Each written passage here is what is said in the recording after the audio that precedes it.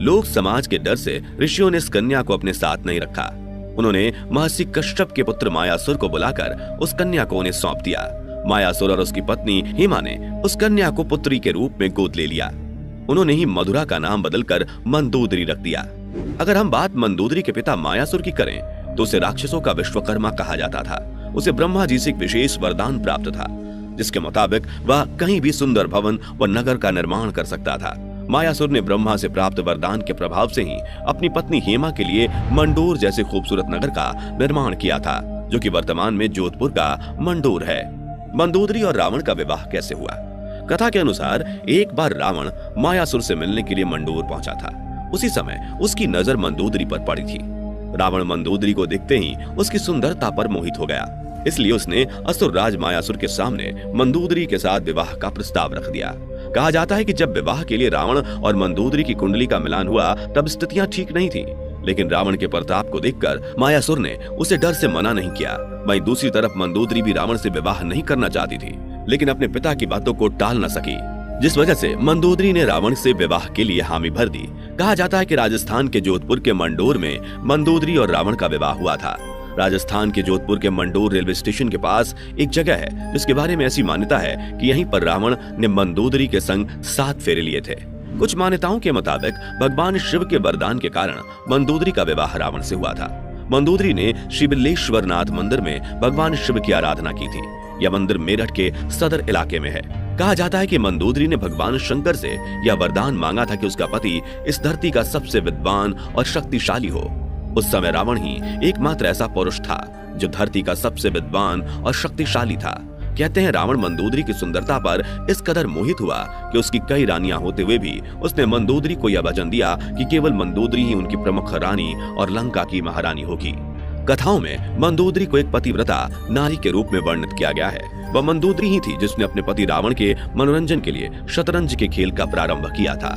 रावण से विवाह के बाद मंदोदरी को रावण से मेघनाथ और अक्षय कुमार नामक 2 पुत्र भी हुए थे।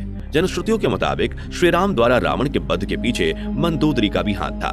कहा जाता है कि रावण की मृत्यु एक दिव्य बाण से हो सकती थी और उस दिव्य बाण के बारे में रावण ने सिर्फ मंदोदरी को ही बताया था, लेकिन हनुमान जी ने बहुत ही चालाकी से अपनी बातों में फंसाकर मंदोदरी से इस बाण के बारे में जानकारी हासिल करके उसे चुरा लिया और इस बाण की मदद से प्रभु श्री राम ने रावण का वध कर दिया था।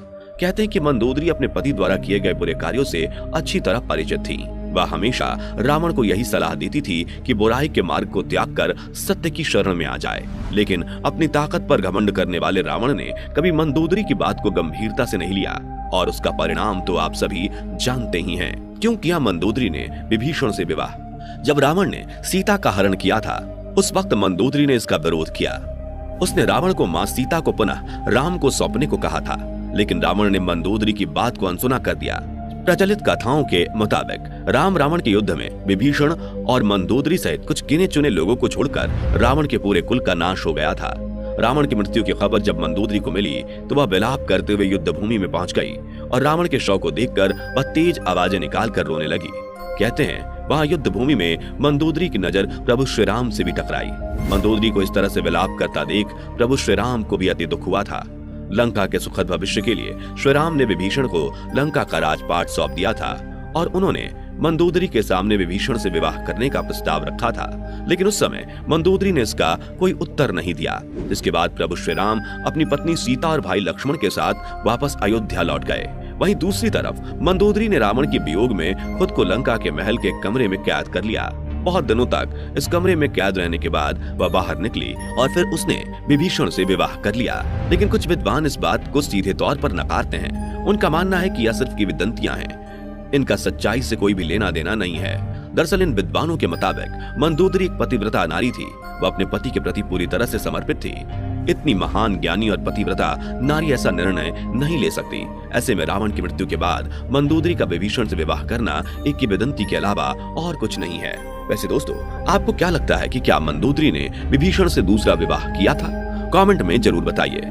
इस वीडियो में फिलहाल इतना ही। उम्मीद है आपको आज की ये वीडियो पसंद आई होगी। अगर हाँ तो इस वीडियो को लाइक करें और इस तरह के और भी अमेजिंग एंड इंटरेस्टिंग वीडियोस को देखते रहने के लिए चैनल को जरूर सब्सक्राइब कर लें। Thanks for watching.